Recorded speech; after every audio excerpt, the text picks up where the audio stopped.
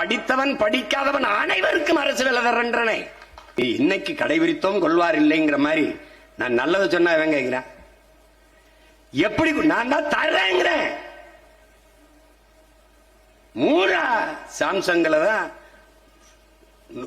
நோக்கியோ கொண்டாய் அதுலதான் வேலைய அதுதான் வேலையிட நிலமும் வளமும் சார்ந்த தொழிற்சாலைகள் வேலை வாய்ப்பு வளர்ச்சிங்கிற பனை சார்ந்த தொழிற்சாலை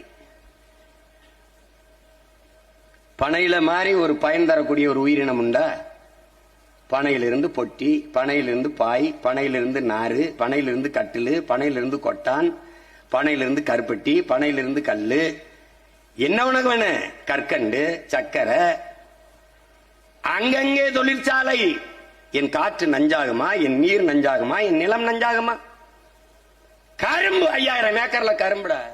கரும்புல இருந்து எத்தனை நாள் பெட்ரோல்? அந்த பெட்ரோலை வச்சு கார் தான் ஒண்ணும் இல்லடா, மின்சாரம் தயாரிக்கல.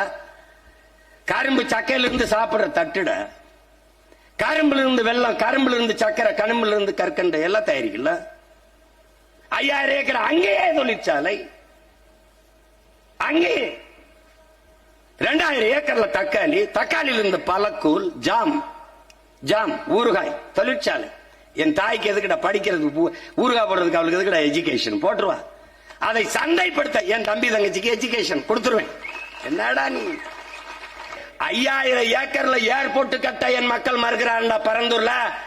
அவன் மகன் நானா?